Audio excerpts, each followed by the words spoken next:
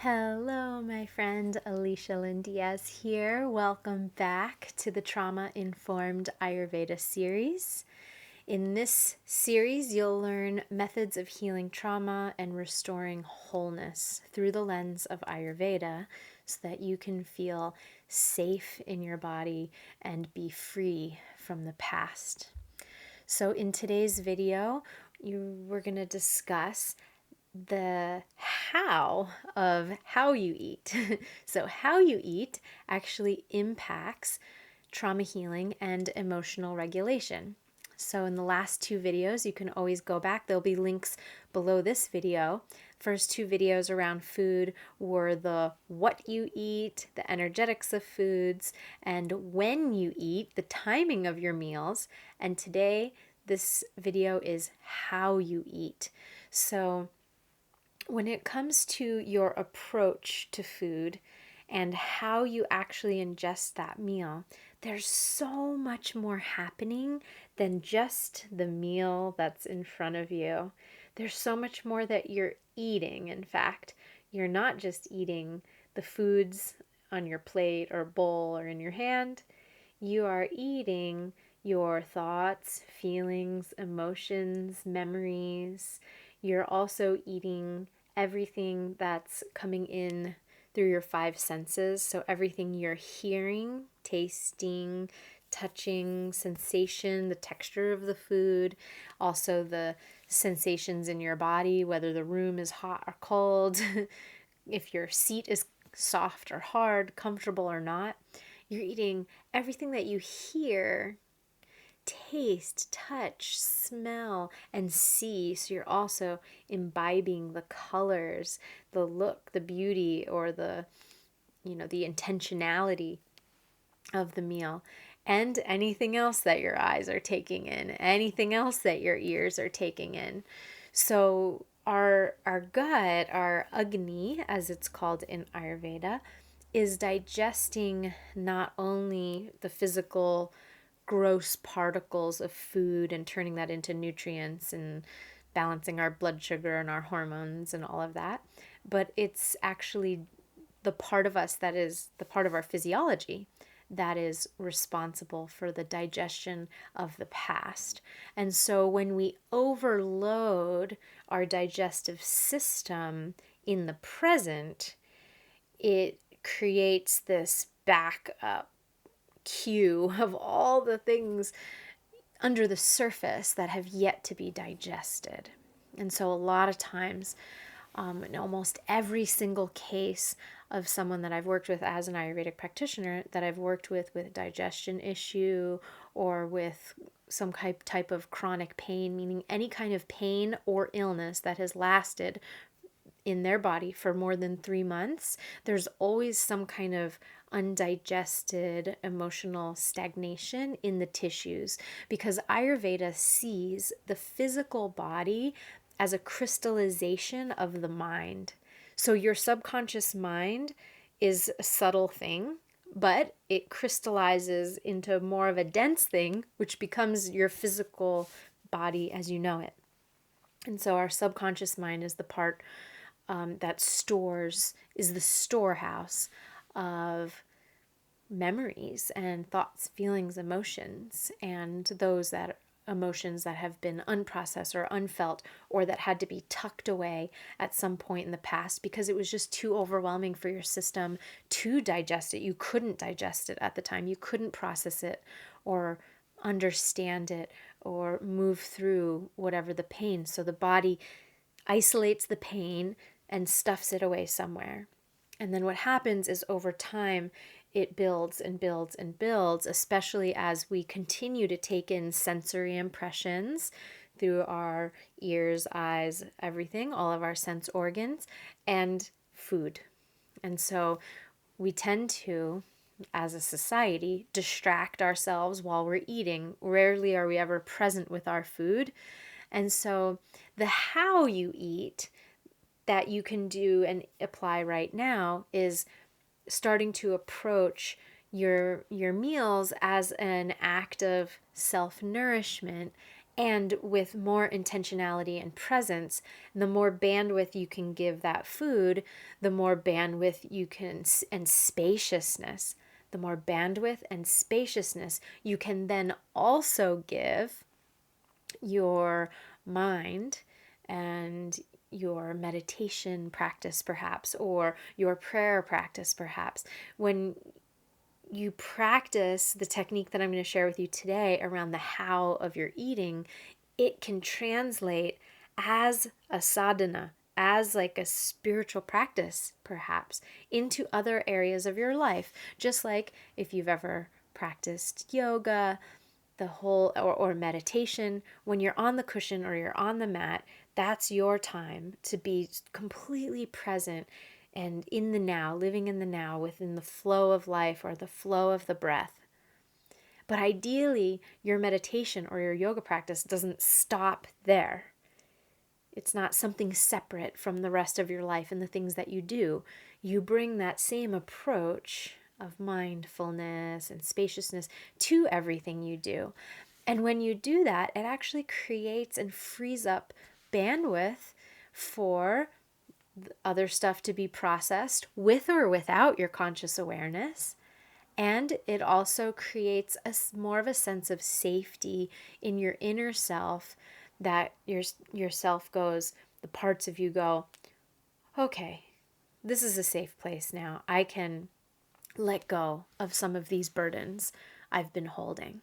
And so simply the how you eat, approaching the how you eat as a meditation almost, and also in a practical sense, it starts to help train you and to train your inner parts of you to all align and to all be working cohesively together, which is ultimately what we want. If we want to be able to really unburden those parts of us that have been hurt in the past, and we want to be free of the shackles of pain, and we want to regulate our nervous system and our emotions and not feel so overwhelmed by the world around us, we want to be able to be present and have that approach. So, what is the approach? Let's get into some of the practical nitty-gritties so you know exactly what to do when you approach food or mealtime. So,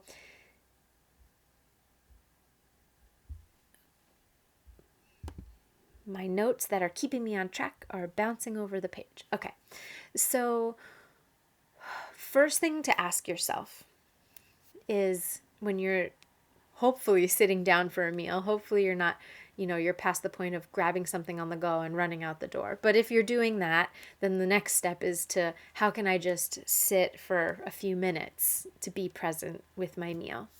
And then say you are able to sit present with your meal. The question to ask yourself is, how many things can I digest at one time? and start to notice and just take inventory.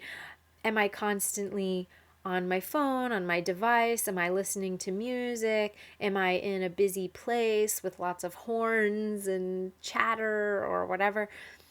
Am I reading the newspaper, driving my car, shaving, and eating a burrito while, while I'm on the go? How many things can I eat at one time? So just starting to take inventory and just a check of self-honesty. No judgment, no shame, no blame, just noticing, okay, these have been my tendencies. Sometimes I get super distracted and I'm just, eating mindlessly, stuffing my face while I do 5 other things. So first step is just authentic check-in and honesty. And then next step is, okay, how can I just get really present with my food right now? So maybe you cook yourself something. Ideally, you cook before you get hungry. Otherwise, it becomes a hasty thing. And you put that energy of anxiousness and hurried and rushness into your food. But say you have a nice meal, nice warm meal that you're going to sit down to. How can I be really present right now? So first thing is engaging all of your senses with serenity, with spaciousness. Listen first. What am I hearing? okay, if I can turn off any extra sounds, do that. If you can reduce your sensory impressions of your eyes, do that. If there's like a TV on or something, or go somewhere that you can just look out a window into nature, for example, where it's just calm and peaceful. So how can you reduce these outside senses, including other scents, and make sure your body's comfortable so that you're not thinking about your discomfort when you're trying to eat. These are all things in terms of taking away. So taking away extra perceptions and then engaging those five senses in the food that you're sitting down to enjoy. So noticing the sounds when you're cooking, the crackles, the sizzles, the sound of the boiling or the roasting or the steaming or the sautéing or the flipping, whatever it is. Then when you plate it, making a beautiful arrangement perhaps, or using, really colorful, nice vegetables, creating something that is visually appealing helps you take in a sensory impression of the food that is beauty. So the sound, the beauty, and you can raise your plate or bowl up and take a big inhale in, or reach down towards your plate and waft the scent in. Digestion starts with your olfactory system. So smelling the smells, it starts to get your digestive juices going too. Not to mention, it's feeding you. Sometimes, like I know that at times when I've done like long fasts, there comes a point where you no longer need the food in your belly, but you smell a food and you're like so filled up and satiated by it, you don't even need to eat it. And I don't know if you've ever had that experience, but there's something so satisfying filling your senses. So really taking in the scent of the food that you're about to eat.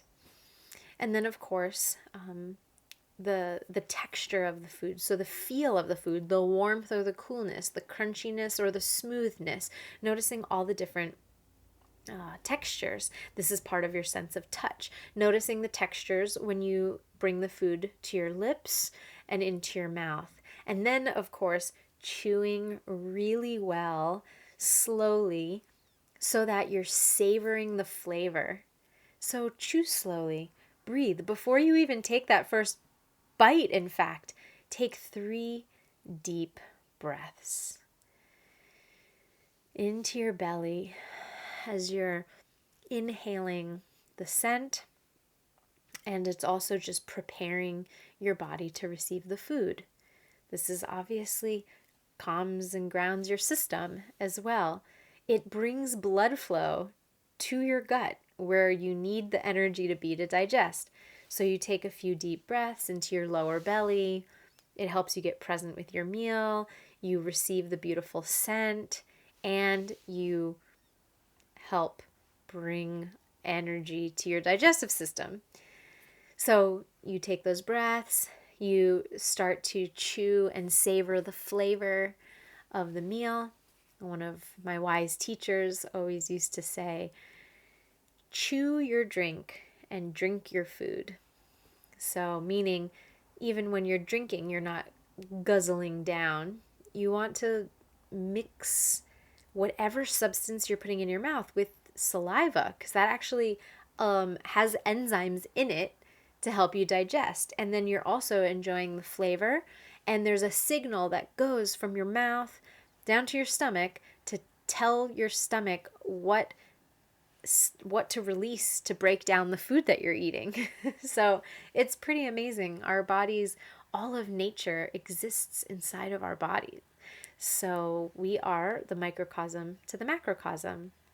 So when you eat, you can support your body and support the wisdom of nature within you to optimize all of these things, and for your body to feel calm in the process. Because the more you can help your body feel calm and relaxed in the process, the better you're able to digest not only your food, but also things of the past. But you're mostly able to create safety in the now. and nourishment in the now, which is an essential foundation for all of trauma healing.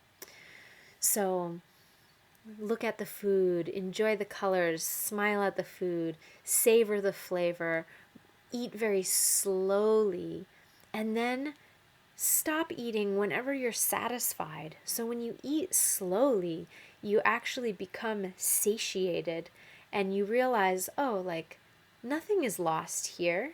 Food either gets wasted inside my body or outside my body. If I am satisfied, then I don't need to take another bite. And you can push that plate away and just feel safe, calm, and satisfied. Rather than eating to the point of fullness, because if you eat just to the point of fullness, then you've actually overeaten. Now your system is stressed and taxed and more dysregulated.